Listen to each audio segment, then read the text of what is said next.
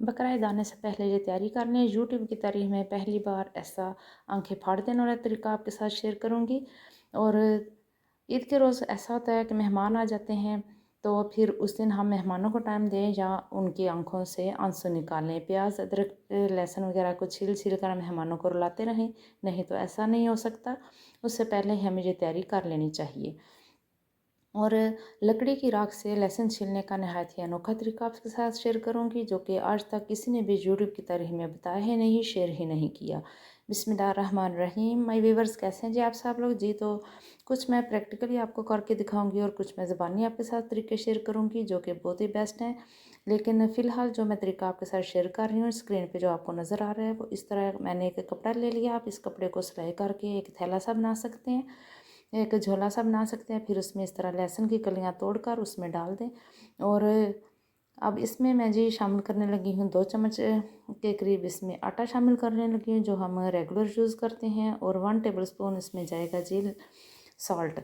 इन दोनों चीज़ों से क्या होगा कि छिलके जो हैं वो अच्छी तरह से रिमूव हो जाएंगे। बिल्कुल भी हमें हाथ जो है वो ज़ख्मी नहीं करने पड़ेंगे, क्योंकि आपको पता है कि जब हम लहसुन ज़्यादा छील कर रखते हैं तो हाथों में जलन स्टार्ट हो जाती है, बहुत ज़्यादा नाखून दर्द करने लग जाते हैं। तो उससे बचने के लिए ये नहायत ही आसान तरीका है, बहुत ही ईजी वे है। आप इसको यूज़ कीजिएगा और मुझे कमेंट्स में बताइएगा कि आपको ये तरीका कैसे लगा। ये तो चलें जदीद किस्म का तरीका है कि हम इस तरह बहुत आसानी से ये काम कर लेते हैं। लहसुन को छील लेते हैं, पील ऑफ कर लेते हैं। पहले ज़माने में क्या था, आज से 28-30 साल पहले जो मैंने अपनी आँखों से देखा कि मेरी अम्मी जो है वो अल्लाह जन्नत नसीब करे उन्हें, और मेरी ताइयाँ जो है हमारे घर में खुली हर चीज़ होती थी अल्हम्दुलिल्लाह। अल्लाह का लाख लाख शुक्र है। गंदम, चावल और इस तरह लहसुन, प्याज वगैरह, तो इनको सेव करने के भी तरीके सब मुख्तलिफ होते थे।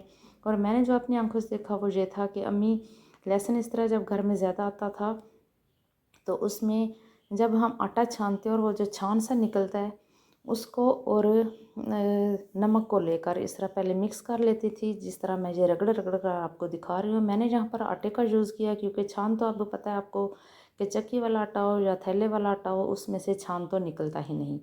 तो जब पुराने वक्तों में घर की गंदम जो होती थी उसको छानते थे तो उसमें बहुत ज़्यादा छान होता था, तो वो अम्मी सेव कर लिया करती थी।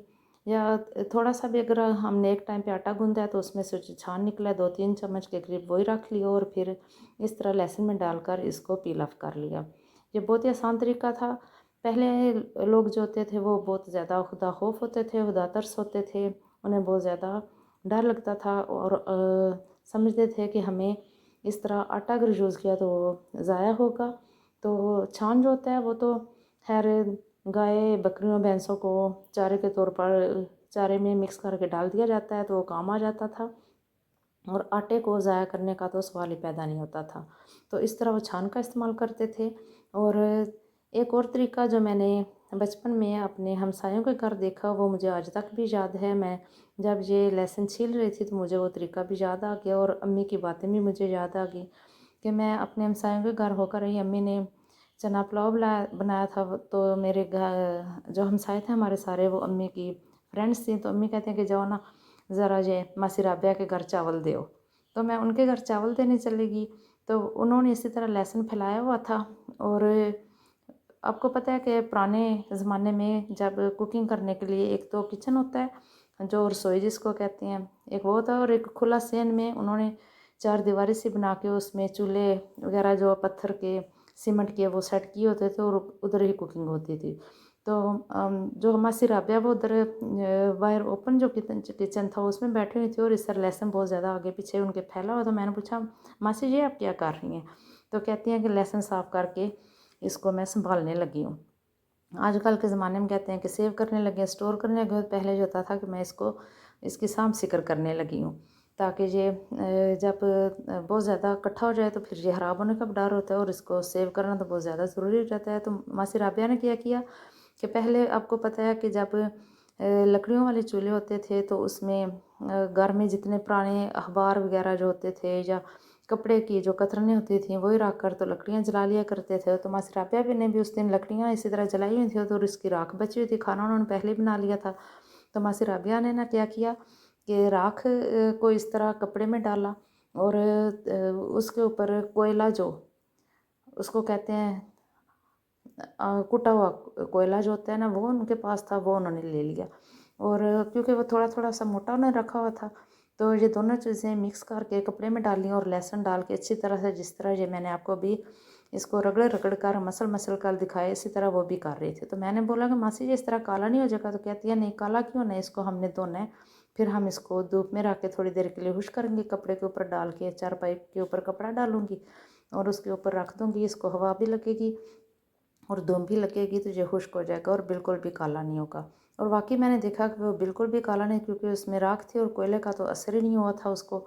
और फिर मासी जब धो के लहसुन चारपाई पे डाला, तो वो बिल्कुल इस तरह था जिस तरह ये अभी आप रात में देख रहे हैं, साफ़ सुथरा था। और फिर उन्होंने अपने तरीके से महफूज कर लिया।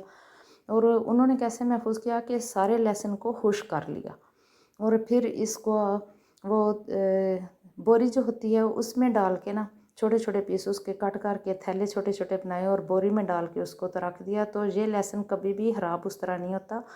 खुश्क करने से क्या होता है, ठंडी जगह पर रख कर आप इसको खुश्क कर लें और धूप में नहीं रखना, और इसके ऊपर आपने कपड़ा डाल देना है। वो ड्राई तरीका भी आपको बहुत अच्छा लगेगा। जब भी आप चाहें तो उस तरह में थोड़ा सा पानी डाल लें और उसको ग्राइंड कर लें, तो बिल्कुल फ्रेश लहसुन का पेस्ट आएगा।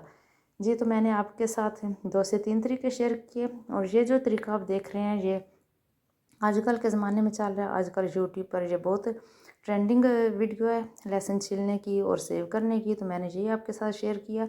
अब मेरे पास राख कहाँ से है कि वो मैं तरीका आपको समझाऊँ। ज़बानी मैंने आपको बता दिया। अगर आप गांव में रहते हैं, किसी विलेज में रहते हैं, तो आप वो तरीका भी यूज़ कर सकते हैं। बहुत ही इफ़ेक्टिव है वो भी, और बहुत जल्दी लहसुन छीलने हो जाता है।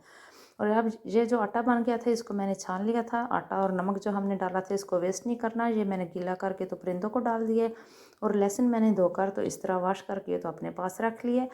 अब इसी हालत में आप इसको साबुत भी सेव कर सकते हैं। उसका तरीका मैं पहले भी अपनी एक वीडियो में शेयर कर चुकी हूँ, वो आप जाके देख सकते हैं। इसमें आप डालें, सिरका डालें, डिप करें, और ये थोड़ा सा सॉल्ट डाल के इसको शेक करके तो आप फ्रिज में रख सकते हैं, और जब भी ज़रूरत हो निकालें और इसको कूट के इस्तेमाल कर लें।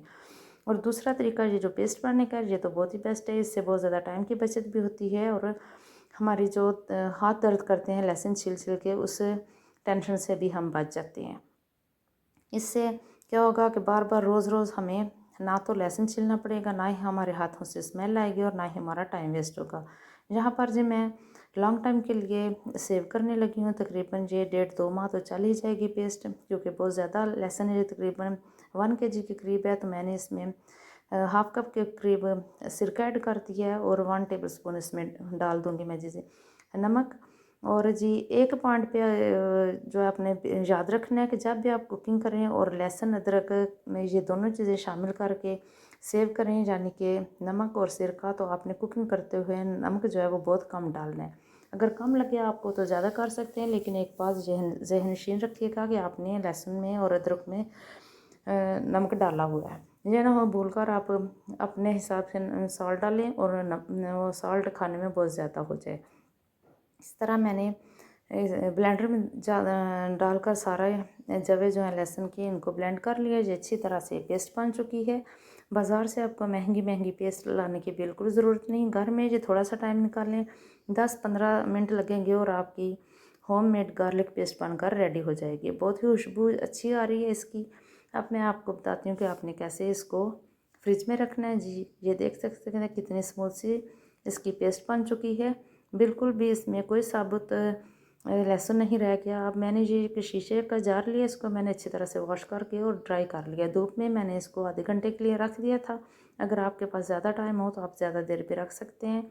इससे क्या होगा कि हमारा ये जो लहसुन पेस्ट है ये बिल्कुल ख़राब नहीं होगी।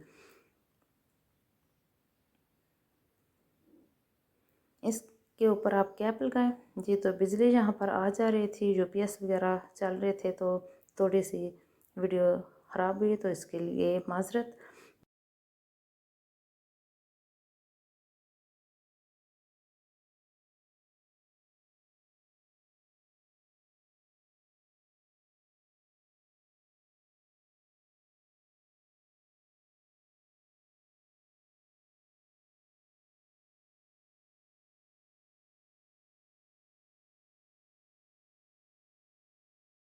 ये मेरे पास 3 पाव के करीब अदरक थी, और मैंने हाफ कप इसमें डाला है सिरका, वाइट सिरका जो होता है, और 1 चम्मच इसमें सॉल्ट डाला। और इसी तरह ग्रीन चिलीज़ हैं, ये हाफ़ के जी मेरे पास ग्रीन चिलीज़ हैं, और 3 से 4 चम्मच इसमें मैंने डाल दिया जी सिरका, और हाफ़ टी स्पून इसमें सॉल्ट का ऐड किया जी। तो मेरी तीनों चीज़ें इससे पहले रेडी हो चुकी हैं। आप भी तैयारी कीजिए। ओके जी, अल्लाह हाफ़िज़।